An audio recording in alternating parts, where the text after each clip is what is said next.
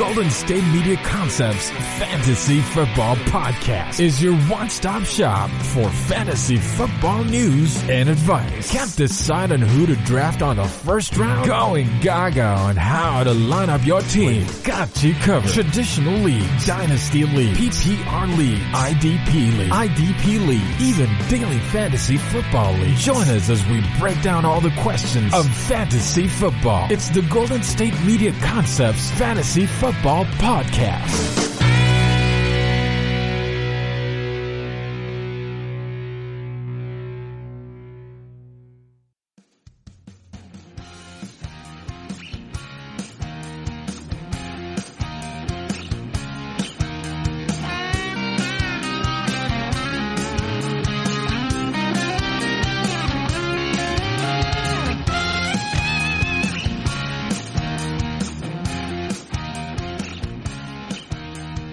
Hey there, everybody, and welcome to the GSMC Fantasy Football Podcast, brought to you by the GSMC Podcast Network.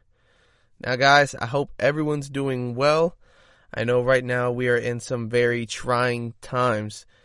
I'm your host, Marcus Vargas, and to start off today's show, guys, I want to start, I feel like, I have to address the coronavirus outbreak situation just a bit before we get started here. Now, it seems like with every day, everyone's on the edge of their seat, waiting to hear news about it, updates, waiting for something positive to happen. Now, guys, this is just one of those things that, it's going to get worse before it gets better. But it can get better and it will get better.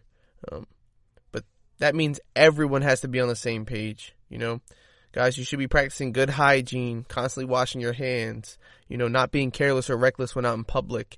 And to be honest, you shouldn't be out in public much, if at all. I know for a lot of people it's hard to do, and it's definitely very different from your normal lifestyle. But, if we want this thing to end anytime soon, we all have to come together and, act as one. Because a lot of people are being very negligent, and very ignorant to the situation, and it's only making the situation much, much worse. We're seeing numbers surge every day. It's getting scarier and scarier, and it's only going to get better if we work together. So, stay safe out there, guys. I hope no one's going through anything too terrible. I know that a lot of cases of the COVID-19 virus, people have mild symptoms and maybe it's not that bad. However, there are people who are dying all over the world and in the United States. So, guys, take care of yourselves, take care of your loved ones, and just stay in the house. With that, though, guys, we're going to get our show started. The Tom Brady saga is finally over, and it's almost a little bit sad, Every day I was excited to hear the rumors, to hear what teams, he probably wasn't going to, what teams are the favorites, and unfortunately, guys, the journey has ended without my pick being chosen, the Los Angeles Chargers, but Tom Brady is now a Tampa Bay Buccaneer. Who would have seen that coming just a week ago? Not many, but it is what it is. It is reality, and, the show goes on. So, guys, I did talk about this in previous shows, and the more and more that free agency goes on, the better this is looking. Guys, Tom Brady has massively upgraded the weapons on offense, from the ones that he had in New England. I mean, Mike Evans and Chris Godwin are two Pro Bowl guys. They both had over 1,000 receiving yards when their quarterback had 30 interceptions. So, I mean, just think about that. Also, Tampa Bay's offensive line, according to PFF, ranked 10 in pass blocking. So, it's not a line full of big names or a line that we really pay attention to because the Buccaneers don't do much winning. But they have a pretty solid line, guys. So, along with that line and those receivers, Tom Brady could be doing some very lethal damage. Now, I want to just look at, why Tom Brady may have gone to the Bucs instead of the Chargers or the Raiders. A lot of people have been talking about one of the biggest decisions being, the close vicinity to his son, who will be up in New York. Now, while that does make sense, and of course, your family is a big deciding factor on where you decide to go as a football player, a lot of people have argued, Indy's not that far from New York as well. And so it's very interesting. I think one of the most interesting pieces to note is that next year's Super Bowl will be hosted in Tampa Bay. Maybe Brady's chasing that history. There's not much more that he can do besides playing the Super Bowl that his team is hosting. So, you can think of that as well. He's a very competitive guy. He likes to chase, his dreams and his goals, and he likes to just be better than everyone else. So it's very, very interesting. He won't be, if he does make it to the Super Bowl, he wouldn't be the first guy to go to another team and make a Super Bowl, So it's kind of like I'm one-upping all the other guys because I'm hosting my own and with a different team. So it's very, very interesting. However, though, we cannot ignore all the things that entice Brady to Tampa Bay. Guys, the coach, Bruce Arians, is a coach who is willing to give up play calling to the quarterback. He's done it in the past. And the the Tampa Bay Buccaneers have already said that they were willing to give Brady whatever he wanted. Well, one of those demands included being able to affect who's on the roster. That's insane. That we have never seen that in the NFL before, and if that holds true, to see Tom Brady, having input on who's kept on the roster and who's released, will be very, very big. We've seen Brady chew out guys on the sidelines. He's chewed out wide receivers for not running the right routes or not making the right reads, things of that nature. So, that takes on like a whole new level at this point. It's all very interesting. But now that he's officially a Tampa Bay Buccaneer, guys, I wanna talk about that division. Now, a lot of people, they look at the NFC South and they, I feel like people tend to sleep on them. Like, oh, that's just the Saints division. However, it wasn't that long ago that all three teams from the NFC South were in the playoffs. Also, the Falcons made a Super Bowl recently. The Saints are always in the playoffs. And now you're adding Tom Brady into the mix. It's very, very interesting. Some folks are thinking, oh, he's just going to go there and he's going to wipe them all out. Drew Brees is getting old. However, the Falcons are stacking up during this offseason. They just recently signed Todd Gurley, guys. And of course, we'll talk about him later, but, the Falcons are not, sleeping on the Buccaneers, and the Saints are going to be the Saints. So this could be a wild race. A lot of people figure, Tom Brady should go to Indy. The division's not too difficult. And now, DeAndre Hopkins out of Houston, it'll be even easier. But no, that's not how Tom Brady operates. He's a guy who's going to go chase the challenge. Now, one of the reasons I feel he did not go to the Chargers, though, is Patrick Mahomes. That's a way different challenge, though. We'll leave him on his own tier. So, my favorite thing about this move is that Tom Brady goes to a team that, people really didn't see him going to. It's such a much different brand than the New England Patriots. He's a Pirate. He's a Buccaneer, and the uniform is colorful. It's not the blue and the silver and the white. It's not as, clean and cut and elegant, It's all very interesting. But at the same time, he's taking on a challenge. He's going to have to see Drew Brees and the Saints twice a year, and Matt Ryan and that potent Falcons offense twice a year, who now have Todd Gurley. So I think we have to commend Tom Brady for this, guys. It wasn't a scared move. It wasn't a, stay with the Patriots and take the easy division, or go to Indianapolis because of that line in the easy division. I'm Tom Brady. I still believe that I'm great, and I still believe that I can go make a shot at the Super Bowl and possibly host it with my own, home team. So it's very, very interesting, guys. Now, I also want to discuss that Tampa Bay doesn't have a bad defense. Now, guys, we have to remember, the defense was middle of the pack. It was ranked around number 15 by NFL.com in total defense, while also always having to be on the field because their quarterback turned the ball over 30 plus times. So we have to think about all of this. The team is better than we all think. It's hard to think that a team is very good when they're losing. If you look at the Cowboys roster, the team is loaded with talent, but when they go 8-8, no one's impressed. So, you have to look a little deeper at the Tampa Bay Buccaneers to see why Tom Brady decided to go there. He didn't just decide to go there because, Florida weather, they're hosting that Super Bowl, and it's close to my son. He knows that he also wants to win football games, and he wants a shot at the Super Bowl. the Tampa Bay Buccaneers, while, not my wish list choice, was definitely a great choice for Tom Brady, and a great, Tom Brady was a great choice for the Tampa Bay Buccaneers. Unfortunately, Jameis Winston will no longer be the starting quarterback there, and I don't have hope for him to bounce back somewhere else. Maybe on a team that's very desperate, maybe as a backup for the Dolphins.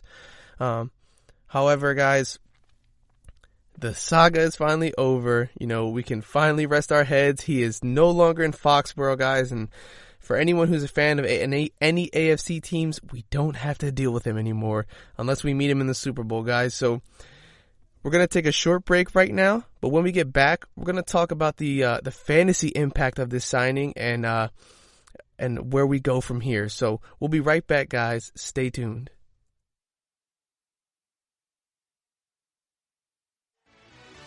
Are you looking for the very best NFL and college football podcast? Then check out the GSMC Football Podcast. Get the latest football news both on and off the field. From the NFL Draft to trades to the rumor mill to the NFL Combines. They got you covered. That's GSMCpodcast.com/football-podcast. Get updates on college rivalries, game day insights, and much, much more. It's football talk the way you want it. This show eats, sleeps, and breathes football. Don't forget to like them on Facebook and follow them on Twitter. Visit GSMCpodcast.com for more info.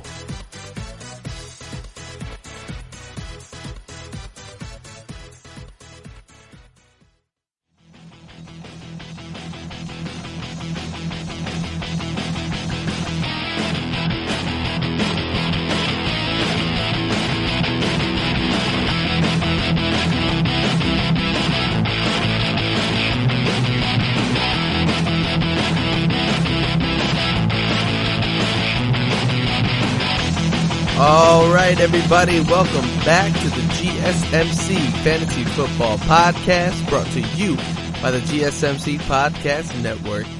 All right, guys, we just got done, touching a little bit on, Tom Brady to the Buccaneers, and, with that shockwave sent to the NFL, I want to talk about how, that might send some shockwaves through fantasy football.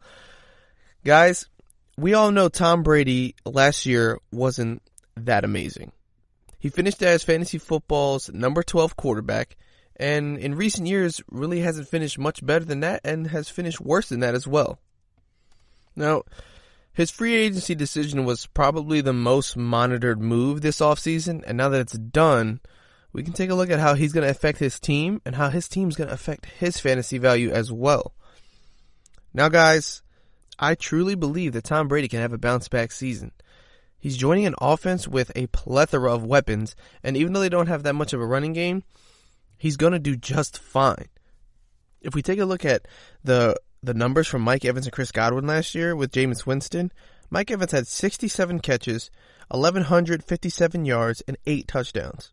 Chris Godwin had about 20 more catches, 1,333 yards, and 9 touchdowns. The production is absolutely insane. Now, that's arguably the league's best wide receiver duo.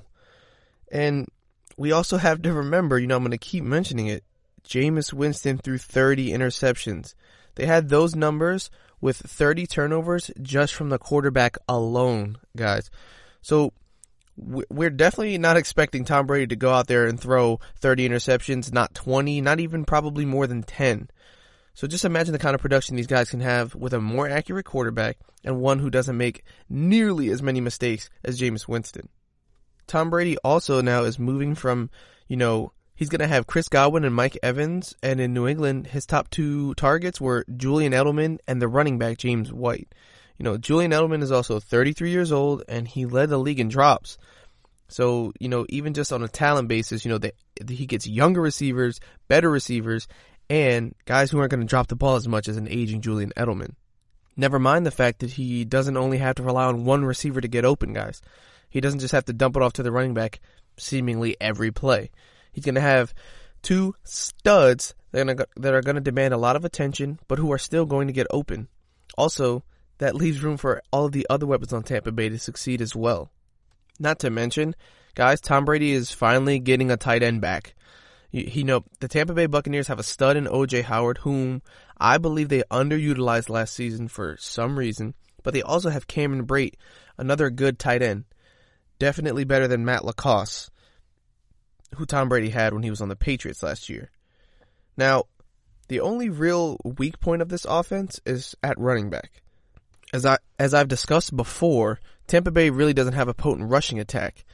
However, Tom Brady's going to have some say in roster additions, and I don't believe that Tampa Bay is done yet. They still have a ton of cap space to add players. And, we saw them interested in Todd Gurley. We saw them, they had some interest in Melvin Gordon. However, those two guys are gone.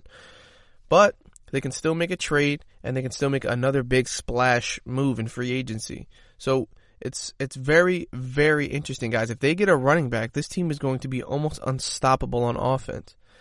Tom Brady's addition to this team immediately boosts him into a QB1 category. He should definitely be drafted in all sorts of fantasy leagues. Brady left New England, and he went to the Arizona Cardinals to a coach who's had fantasy success with Carson Palmer, Peyton Manning, and Big Ben Roethlisberger. He has experience with a lot of great quarterbacks, and also they throw the deep ball a ton. Since Bruce Arians became a head coach, his teams have averaged the highest depth per throw at 10.2 yards. So Tom Brady's going to be able to start bombing the ball down the field, and he's not going to have to rely on just dumping off to James White, little short routes to Julian Edelman, and securing first downs. I feel like next year we're going to see Tom Brady open up, and we're going to see him in an air raid offense that we haven't seen him in a while. So, guys, this addition on the Tampa Bay Buccaneers certainly bumps Tom Brady into QB1 status. And if we look at, ESPN Fantasy Football's early projection for Tom Brady, they're projecting 4,474 yards, 29 touchdowns, and 10 interceptions. Hey, that is definitely good enough for me fantasy football-wise, and definitely something the Tampa Bay Buccaneers want to see out of the 43-year-old Tom Brady. Now, it almost goes without saying, guys, adding Tom Brady to this team is definitely going to keep Mike at the minimum. Mike Evans and Chris Godwin, expect them to repeat that fantasy success. With those two weapons, one might see more targets than the other. One might become, Tom Brady's favorite more than the other just because, he's going to come in and build a rapport with the players, and he just might like one more than the other. But don't expect their production to dip very much. I don't think one's going to take a massive hit to his production. The only way that happens is, maybe if an injury occurs.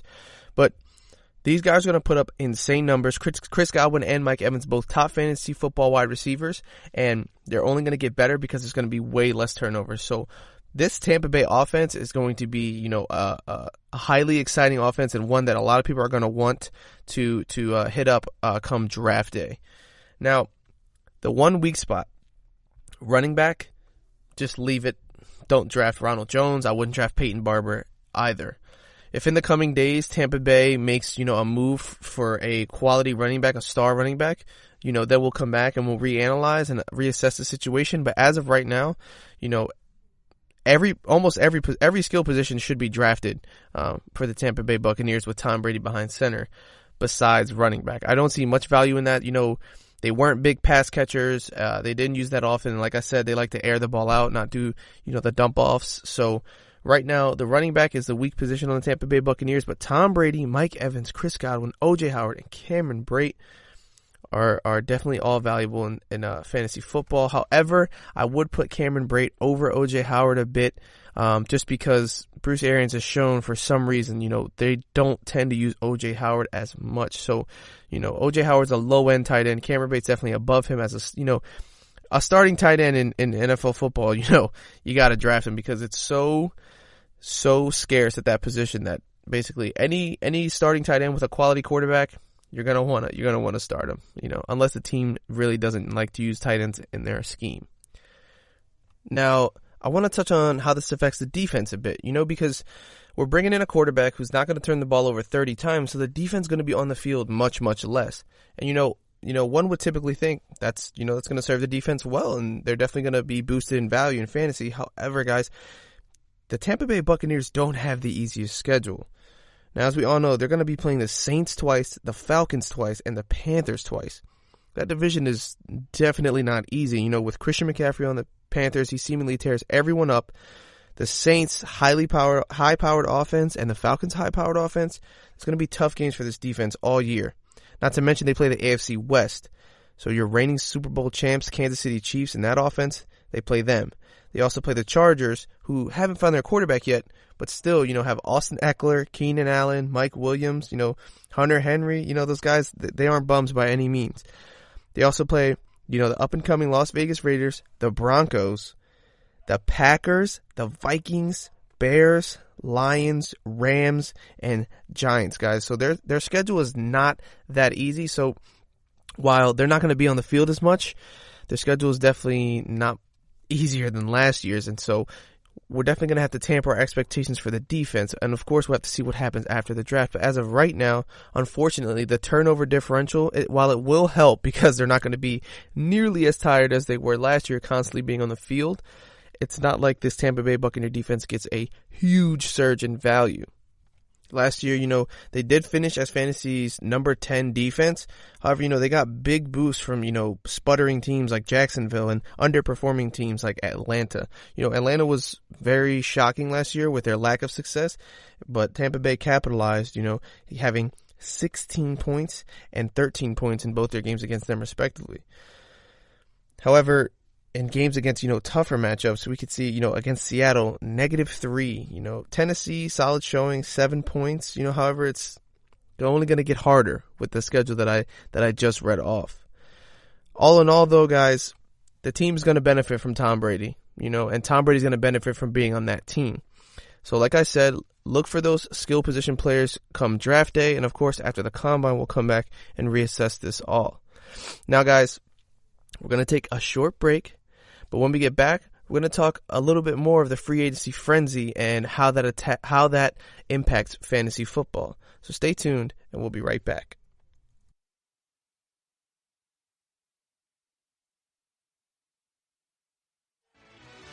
Check out the show that's built on the MMA. From the UFC to extreme cage fighting, they got the fights covered. Check out the GSMC MMA podcast. Get the latest news on past or upcoming fights. Join us as we talk to and about some of the biggest names in the MMA, past, present, and future. When it's the fight game, there's just one show to check out. GSMCpodcast.com/MMA-podcast. Don't forget to like them on Facebook and follow them on Twitter. Visit GSMCpodcast.com for more info.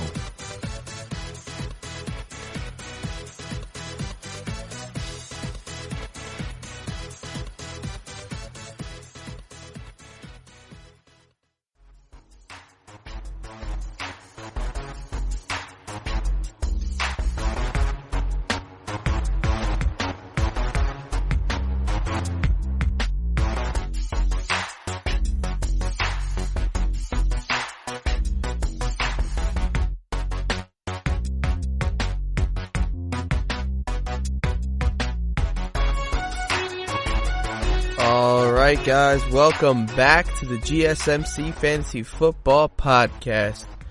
Now, we just got done talking about, the Tom Brady signing and how that affects the Bucs for fantasy football. And so right now I want to touch on, a bunch of the other free agents that have moved teams and how they're going to affect, their fantasy football value, good or bad. So right now I want to start with Todd Gurley because he's a huge name. Now, the Rams just recently released Todd Gurley, and while it came as a shock to a lot of people, it didn't come as a shock to many. It sort of made sense. They were trying to get out, a horrible contract situation in which they paid Todd Gurley. They made him the highest paid running back, and he has those knee problems that are very, very concerning. However, guys, I don't think, we should all just ditch Todd Gurley, leave him in the dust. He was behind a horrible offensive line last year. They really did not play well. And, he had less snaps than he did the year prior, but he still got over 1,000 total yards and 14 total touchdowns. He finished as fantasy football's 14th ranked running back. When you look at all the negatives about Todd Gurley, that's really not that bad. There are fully healthy guys behind, a fully healthy offensive line that are doing worse. So, we have to take that into effect. Also, he's going somewhere where he's going to be the lead guy. The Falcons just got rid of Devontae Freeman, and Ito Smith, I do not believe, is going to be competing for that starting job in front of Todd Gurley. So, while I don't think he's going to be winning you guys leagues, we have to remember that they pass the ball a ton, and he's a great pass-catching running back. He's going to be catching a lot of passes, so while I don't expect him to, he's not going to exceed, 1,500 rushing yards, he's going to have a lot of work in the pass game, and that's really going to boost his fantasy value if you're playing PPR or half PPR. So, look for him to be an RB2, guys, and, we'll see how his health shapes out when the season starts, but as of right now, I see him as an RB2 guy with a huge amount of upside, more so than a lot of other guys that we'll put at RB2.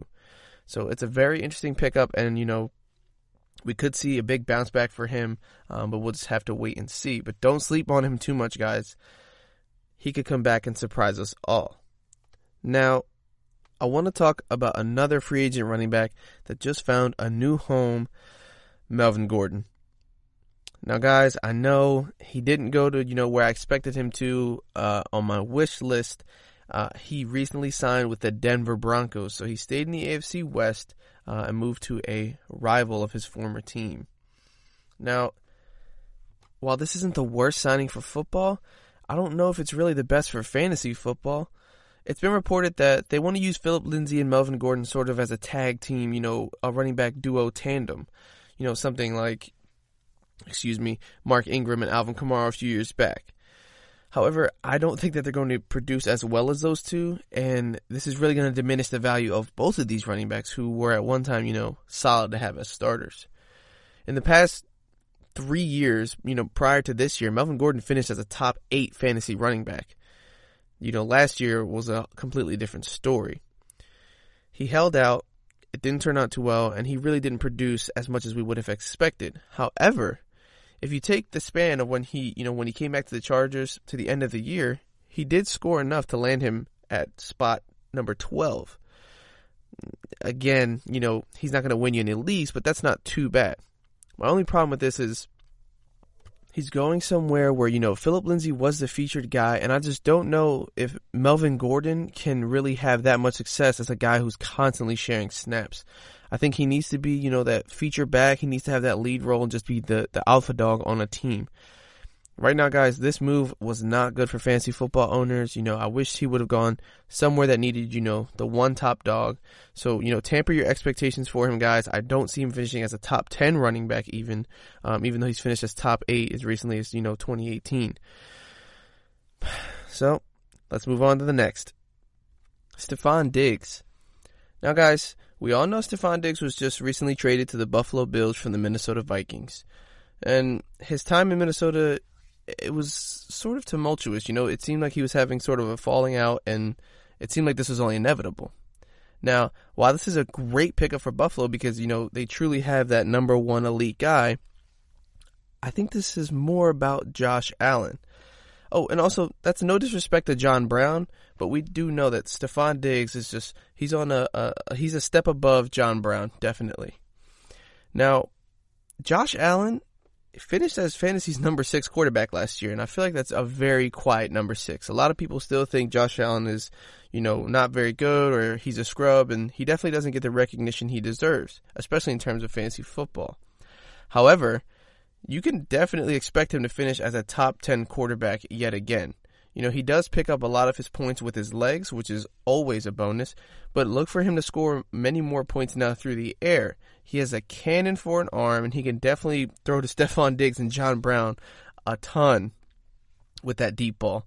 So, like I said, it's good for Stephon Diggs because, he needed a change of scenery. It wasn't, necessarily working out in Minnesota the way he would like. But, Stephon Diggs saw success alongside Adam Thielen, so he'll definitely see success alongside John Brown.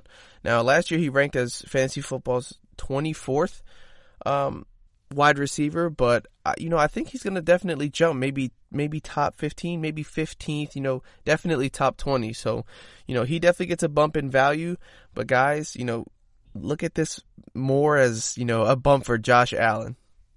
Now, the last person I want to talk about before going in a break is someone I feel like has been flying under the radar. That's Phillip Rivers. Now, we all know that Phillip Rivers is the new starting quarterback for the Indianapolis Colts, but not many people are talking about it. Now, even though Phillip Rivers, has struggled a lot with turnovers, sort of like Jameis Winston, he's going into a team that has probably the best offensive line in football. Though Zach Pascal, T.Y. Hilton, Paris Campbell, and Jack Doyle aren't as good as the pass catchers in Los Angeles, that offensive line is going to buy him a ton of time, and it buys the receivers a ton of time to get open. So, while I don't expect, Phillip Rivers to all of a sudden jump into the QB1 discussion, I do figure that the other skill players are going to receive some significant boosts. Jacoby Brissett is not that amazing of a quarterback, and I feel like with all the time that Phillip Rivers is going to have, they can take advantage of his strengths, and, he can help those skill position players put up points. However, he is still going to turn the ball over because he's prone to that. But we do have to remember, guys, last season, he finished top 5 in the league in completions and passing yards. So, there is some sort of optimism that you guys can have for Phillip Rivers, knowing that he's going to be protected so much. He's not going to be as rushed into mistakes as he was in Los Angeles. For Marlon Mack, though, I think things are just business as usual. I really don't see this addition of a new quarterback affecting his fantasy value. I feel like he stays the same. He's a great running back, and, he's just going to he's going to keep seeing those goal line attempts. I don't see any change for him. But like I said, we're not going to see a resurgence of Phillip Rivers into some crazy elite quarterback, but you can definitely bump his value just a tad bit. With way more time to throw the ball, he's not going to make as many mistakes, but he's also not going to see some revival. As you guys know, he's in his late 30s, and he seems, he's 38 years old, but he seems more like 43 than Tom Brady does. But with that, guys, we're going to take a short break, and when we get back, we're going to talk about the whole Cam Newton situation in Carolina and, some potential landing spots. So stay tuned, guys. We'll be right back after a short break.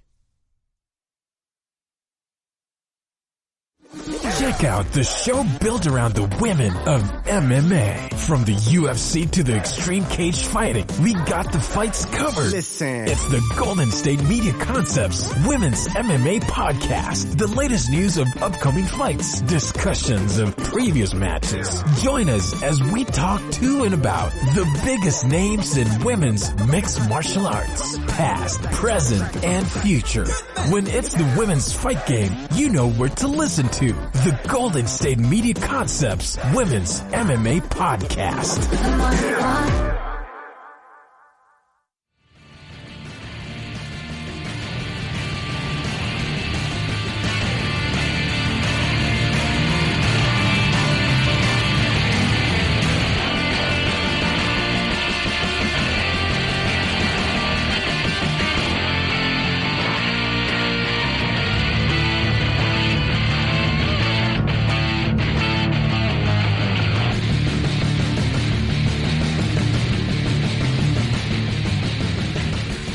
Alrighty, guys, welcome back to the GSMC Fantasy Football Podcast. Like I said before, now's the time to talk about Cam Newton. Now, guys, in Carolina, there's been a shakeup. Ron Rivera's out, and as of right now, it doesn't seem like he'll be leaving alone. After, some disappointing seasons, the Carolina Panthers are now actively shopping the former first overall pick, Cam Newton. Now, guys, this was, a shock to some and not a shock to some others because, with a new head coach and a new regime, sometimes this happens. This is not the quarterback they drafted, might not have been a quarterback that they wanted, so they come in, it's a new culture, new system, so they change everything. I mean, we saw Josh Rosen get dealt, the year after he was drafted, and Kyler Murray gets picked first overall. So, these things aren't that out of the ordinary. Now, though, I want to talk about some of the teams, that Cam Newton might end up on. And also, we have to remember, this is not a free agency situation. This is a trade situation. So Cam Newton has been given permission, even though that's not what he wanted, to go seek a trade with a new team. So it's easy to understand why the Carolina Panthers, want to get rid of Cam Newton. Yes, he did have that MVP year, but since then, he's never really returned to that level. And he's just had injury after injury, and it's all piling up. We also do have to remember, he's about to turn 31. He's not getting any younger. Not saying that that's very old for a quarterback, but, with all these injuries piling up, I don't see Cam Newton playing until he's 40. You know what I mean? So, time is running out. However, guys, when Cam Newton is healthy, he's basically, he can be borderline elite. And according to PFF, when he won the MVP honors, he had a passing grade that ranked 5th among the league's quarterbacks. And in 2018, when he was healthy, he had the 11th best PFF passing rating through the first 9 weeks. So, Cam Newton's not a bum. He's not a guy who, they're going to trade him and he's going to become a backup quarterback. He's going to go to a team and be that number one guy and have a chance to bounce back in a new system with a new coach and in a change of scenery. Now, the first team I want to talk about, and, it's only because the Chicago Bears made the decision to trade for Nick Foles instead of him, is the New England Patriots. Now, the Patriots receiving core is really, really not very good. They barely cracked the 25th percentile in both team receiving and the percentage of catchable passes caught. However, the team has the ability to upgrade those positions in the draft and, through free agency and trade. Now, we have to remember, Bill Belichick has a ton of draft picks that he can use, and this is a loaded wide receiver class this year. So if he goes and he drafts a great receiver, picking up Cam Newton in this trade might be very well worth it. Also, even though they lost, significant players on the defense, Bill Belichick specializes in rolling out good defenses. Like I've said before, Tom Brady has almost always had a top 10 defense when he made a Super Bowl run. So, and, Stephon Gilmore's still on that team. The McCourty twins are still on that team. That secondary is still very, very solid.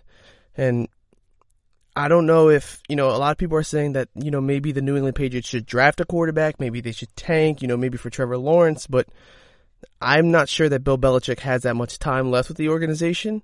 And if he wants to, spend time drafting a quarterback, grooming that person to become the next Tom Brady, and starting an entire new dynasty. I understand that Cam Newton's play style is completely different than Tom Brady's, but we've seen Bill Belichick adjust to, in a game where, maybe he has to run the ball the entire time. He'll run the ball. He'll focus on chewing clock. If he needs to air it out, he'll do that as well. And I think, it could be very, very interesting to see him get a completely new quarterback, a completely new challenge, and still make the same sort of great run in the playoffs that he did with Tom Brady. I mentioned before that, one of the reasons that I liked Tom Brady going to the Tampa Bay Buccaneers was that it seemed like a whole new challenge, going to a new franchise that's really known for losing, going to a completely different, place. It's warm weather, it's sunny, it's never cold or snowy, starting that new part of your legacy. And, this could be sort of Bill Belichick's new chapter, getting a younger, mobile guy, a bigger, physical guy. And, he's not just going to sit in the pocket the whole time and be as clean as Tom Brady. That could be a new project for Bill Belichick to show that, he won because of me. I didn't win just because of him, because we know, Bill Belichick has a lot of ego. He doesn't really care too much for Tom Brady, as we saw, because if he did, he would have done anything to keep him. He doesn't show much love to Tom, and so, this next season is basically going to be, one of the top storylines is Brady versus Belichick, and the race to the Super Bowl. So I think, Cam Newton to the Patriots could serve them well. They need a solid quarterback. I definitely would take Cam Newton over Andy Dalton. I'm not sure, how far Andy Dalton could take them, just because I think Cam, when healthy, has way more of that it factor and way more of that, explosiveness and that those intangibles that you need at the quarterback's position to make, a deep push and, take your team over the top to a Super Bowl victory. So, of course, that's one interesting landing spot. Another one that I want to discuss is the Los Angeles Chargers. Yes, a team that I thought would for sure go for Tom Brady and land him, but they didn't. So now, they might be good suitors for Cam Newton.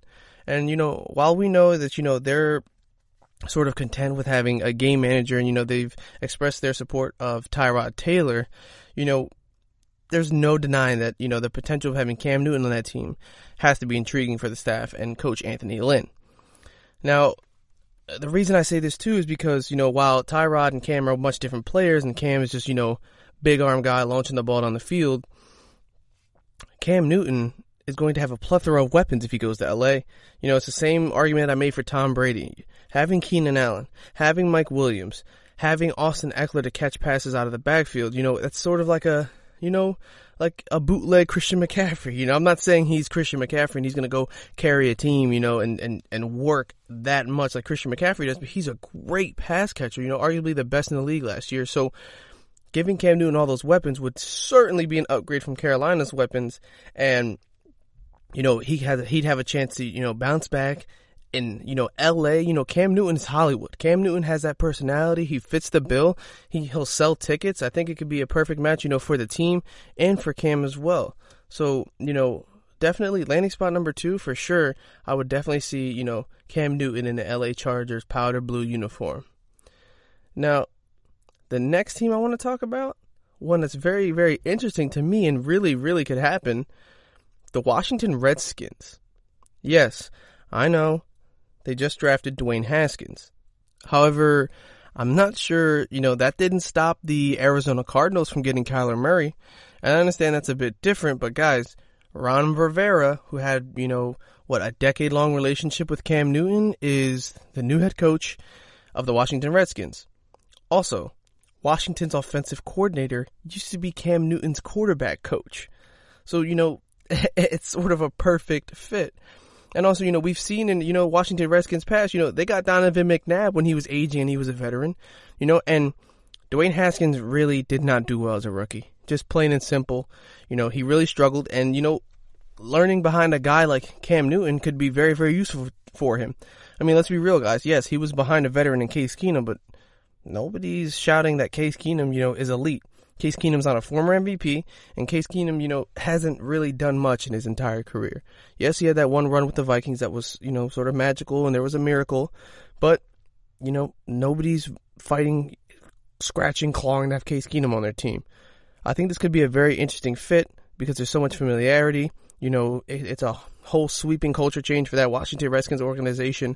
They could use the big name and use that, Hollywood star power guy on their team, and this could be very, very interesting. I think it could help them in the long run as Dwayne Haskins, he keeps sitting and he learns behind Cam Newton and eventually becomes, a prominent starter.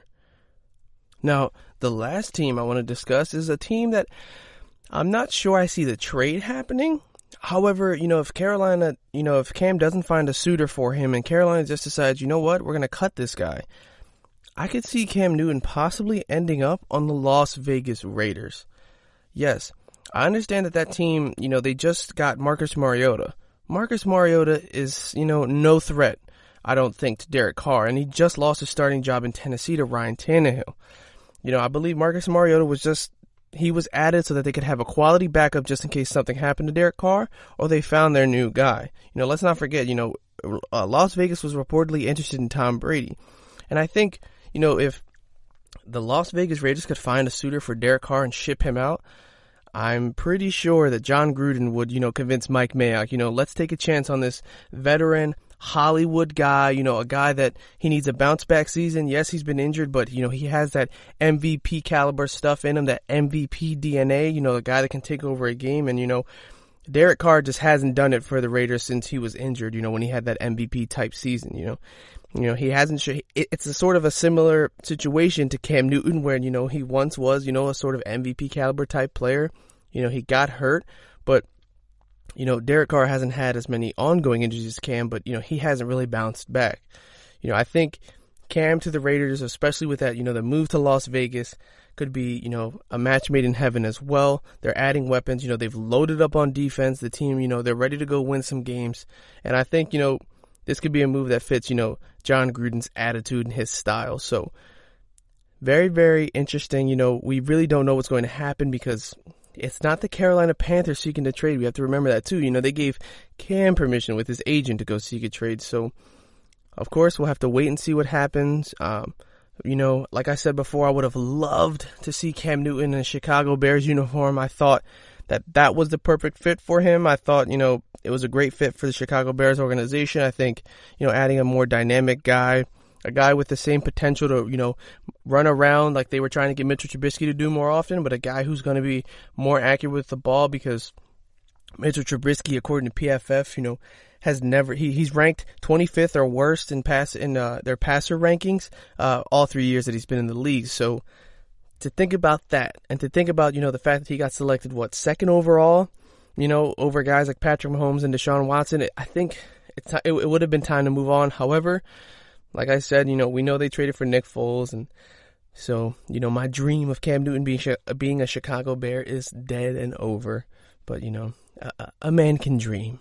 So that ends our discussion on Cam Newton, guys. I'm excited to see where he goes because I'd like to see him bounce back. He's a guy that I love for fantasy football because of his mobility and his ability to just, run through guys and make a diving, flipping play to the pylon and score a bunch of touchdowns, with his arm and with his legs as well. Of course, he's not, on the Lamar Jackson level, but he had a ton of upside with his legs. I'd love to see him bounce back, be healthy, get everything sorted out. And I wouldn't like to see him on the Carolina Panthers. They've shown that they don't want him anymore. They want to go forward with Teddy Bridgewater. Fine, go ahead, do that. But I want to see Cam Newton go to a team and have sort of a revival because, he's a great player. And, it seems like, ever since that Super Bowl, when he didn't dive on that ball, he's been chewed out ever since, and he's never really bounced back. So, I'd like to see, the new Cam Newton in a new uniform, show us why he was drafted number 1 overall and show us why he was a former MVP. And with that, guys, we're going to take a short break. And when we get back, we're going to talk some free agents that are still in the market, that are still valuable and could be picked up by certain teams. All right, guys, stay tuned, and we'll be right back.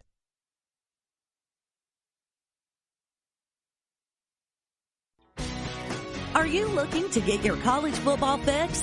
Looking to get the latest news on your favorite school's team? The GSMC College Football Podcast is your ticket to all things college football. Join us as we talk college football from the national championship, the college rivalries, the bowl game, to the Heisman Trophy. To which conference is the best? We've got you covered for the Big Ten, SEC, Big 12, the Pac-12, ACC, and everything in between. Download the GSMC College Football Podcast on iTunes, Stitcher, SoundCloud, Google Play, or anywhere you find podcasts. Just type GSMC in the search bar.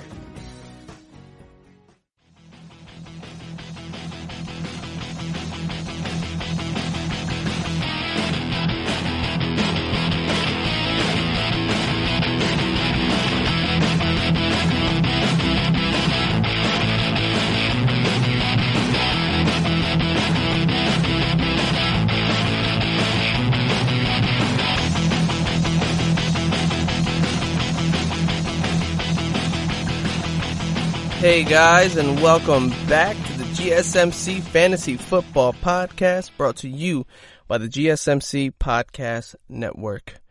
Alright guys, we just got done discussing Cam Newton, and now I want to move on to some names on the free agent market that are still available, that are still very interesting, and where they could possibly land.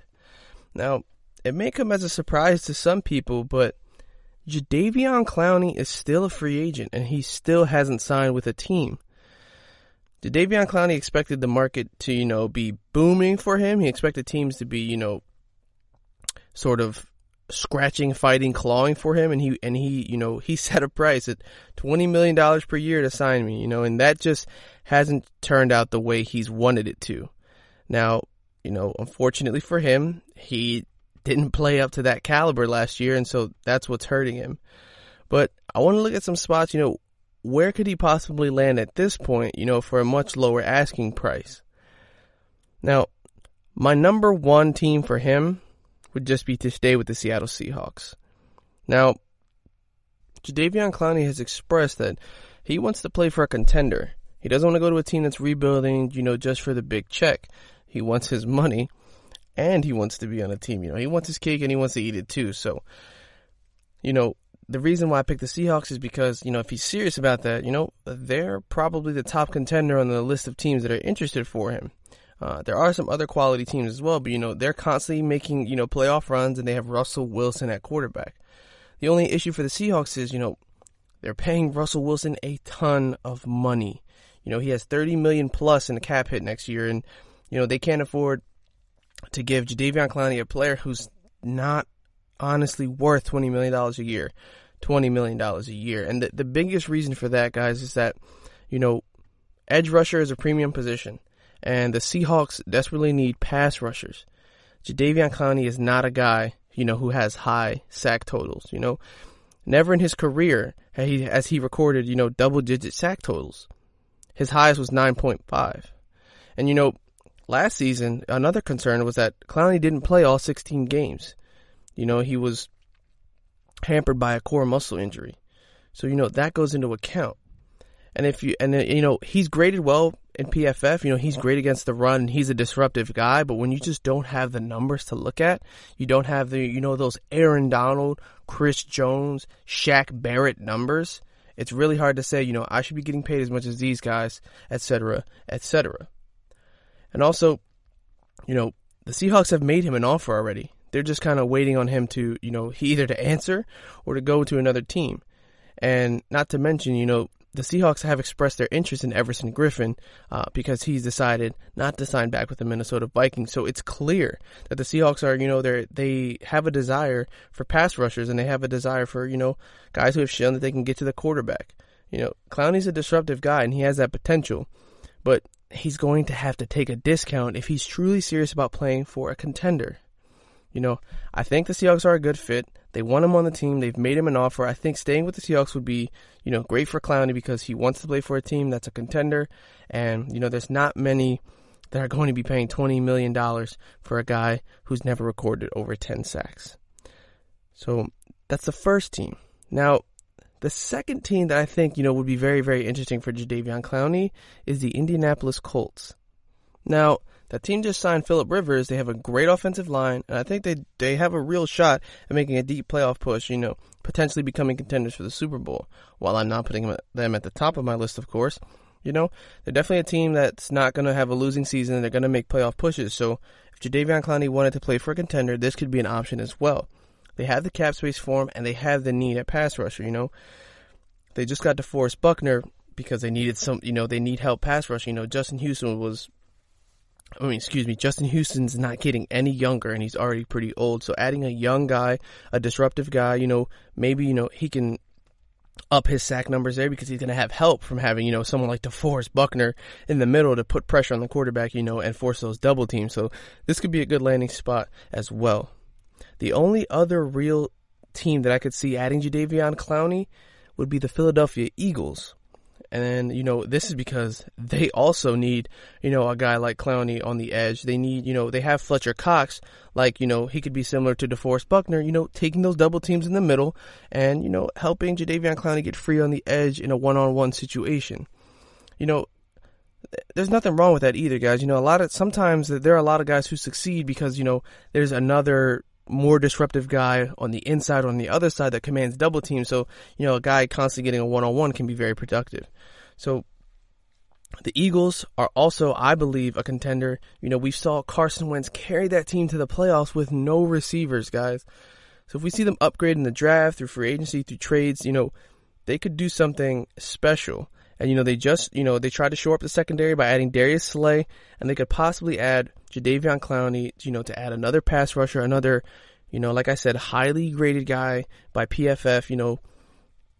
Of course, sometimes we take PFF's grades with a grain of salt, but, it's definitely worth a try, definitely worth a shot. It could be something special. Now, the other free agent that's still available that I want to talk about, guys, Jameis Winston. Yeah, I know. Jameis Winston, the 30 picks, we all know the story. However, there's a market for quarterbacks, guys, and I think a team that could use his services is the Pittsburgh Steelers.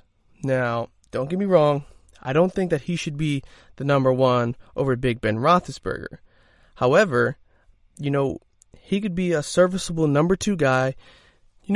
We saw last year that they're not very confident in any of their backup quarterbacks at the moment, and if something should happen to Big Ben, having a guy who has starter experience, a guy who's thrown 5,000 yards as a starter could be very, very useful. So definitely look for the Pittsburgh Steelers as a landing spot for Jameis Winston. The second team that I would, peg for Jameis Winston, the New England Patriots. Yeah, I know, it seems kind of crazy, but tell me you wouldn't love to see, that Tampa Bay quarterback switch. Tom Brady goes to Tampa Bay, Jameis Winston to New England, and we see Bill Belichick and Josh McDaniels coach up Jameis Winston into making way less mistakes and making a deep playoff push with the New England Patriots. Guys, like I said, Jameis Winston does have potential. You don't throw 5,000 yards and 30 touchdowns if you're a bum or if you're not a very good quarterback. You have to have some sort of potential and talent to do that sort of thing. Yes, the turnovers are ridiculous and they come in bunches, but it's something that I could see Bill Belichick and Josh McDaniels coaching out of Jameis Winston. He's a talented guy. He's still young, and I think this could be a very, very interesting project for Bill Belichick, and it could show just how good of a coach he truly is. Now, guys, that's, those top two free agents that I wanted to discuss because, they're sort of big names. There are other guys on the market, Jason Peters, Jimmy Ward. They're still in the market. Robbie Anderson, the wide receiver. However, I feel like Jadeveon Clowney and Jameis Winston are going to be two guys that a lot of people keep their eyes on, and, we're still going to keep our eyes on them as well because, Jameis Winston, could be a big fantasy football value guy. Again, he finished top 5 last year. So, definitely going to keep my eye on where Jameis is going. And with that, guys, we're going to take a short break. And when we get back for our final segment, we're going to do my wish list again. So stay tuned, guys, and we'll be right back. This is your ultimate stop for everything sports. The Golden State Media Concepts Sports Podcast. Should I say more? From the NFL, MLB, the NBA to MMA, it's all in here. The Golden State Media Concepts Sports Podcast. Listen now.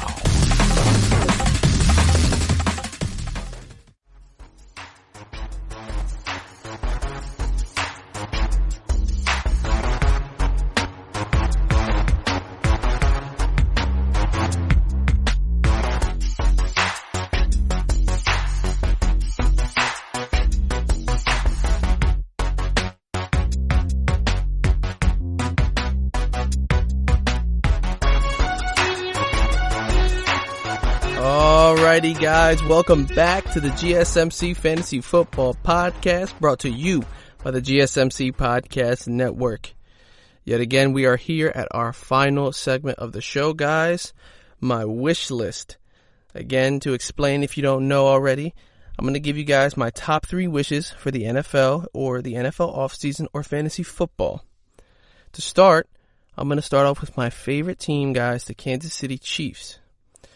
And I wish for them to solve their cap situation and possibly make a splash move during this offseason.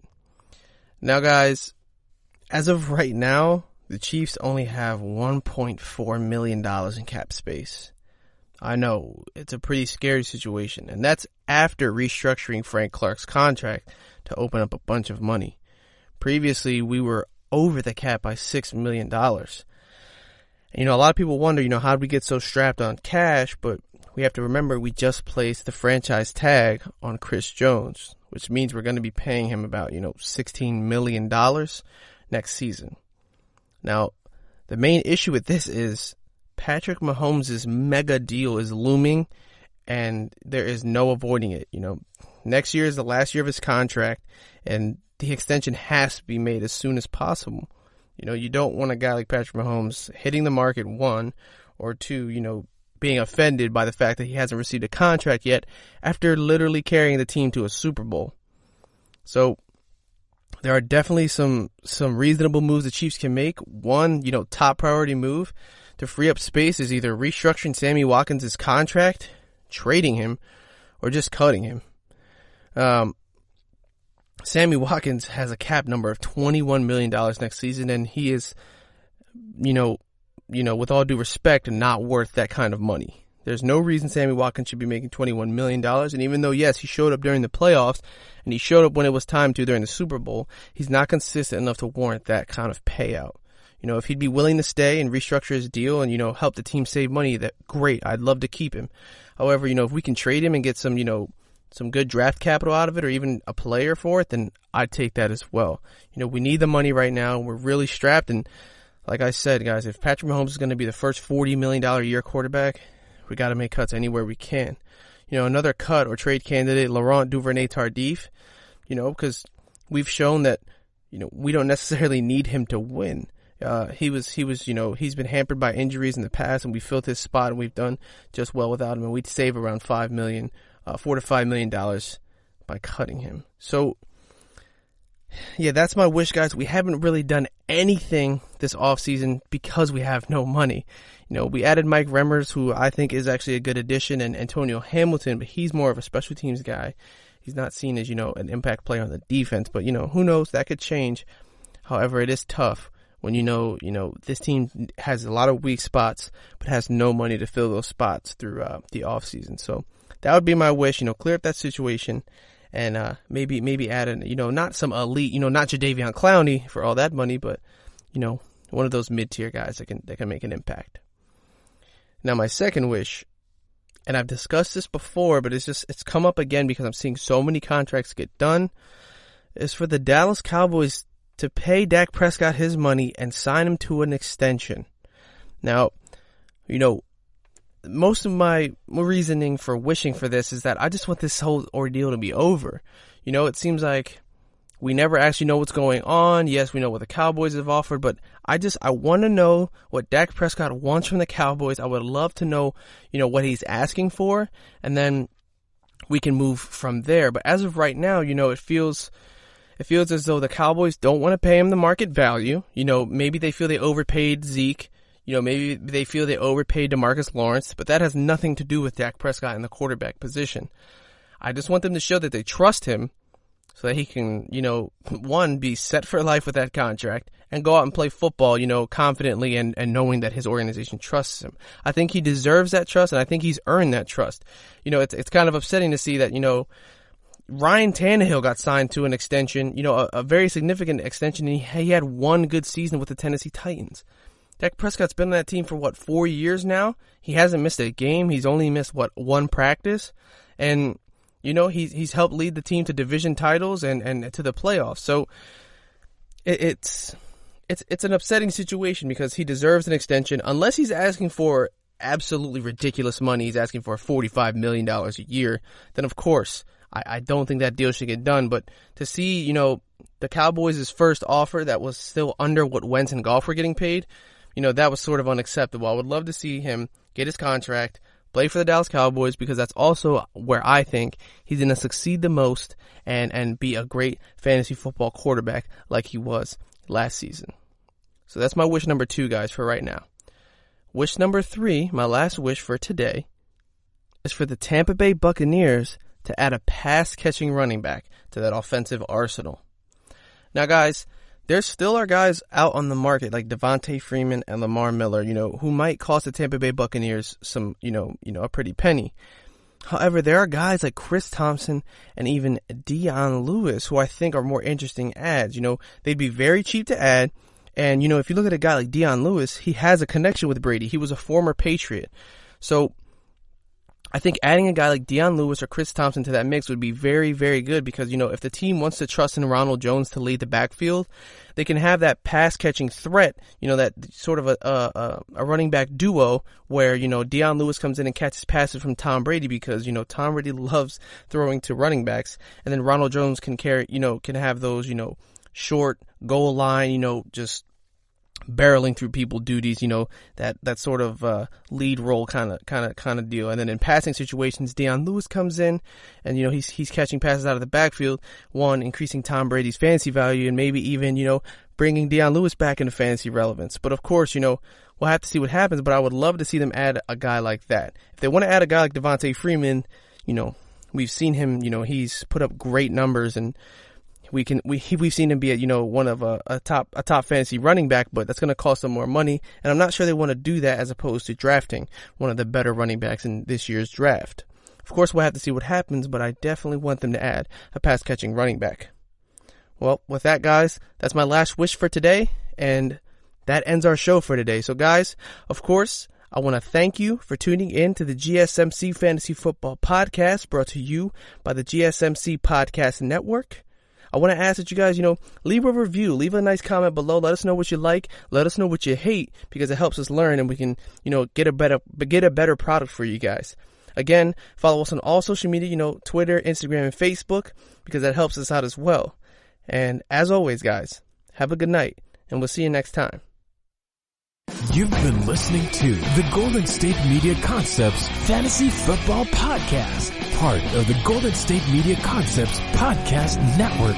You can find this show and others like it at www.gsmcpodcast.com. Download our podcast on iTunes, Stitcher, SoundCloud, and Google Play. Just type in GSMC to find all the shows from the Golden State Media Concepts Podcast Network, from movies to music, from sports to entertainment, and even weird news. You can also follow us on Twitter and on Facebook. Thank you, and we hope you have enjoyed today's program.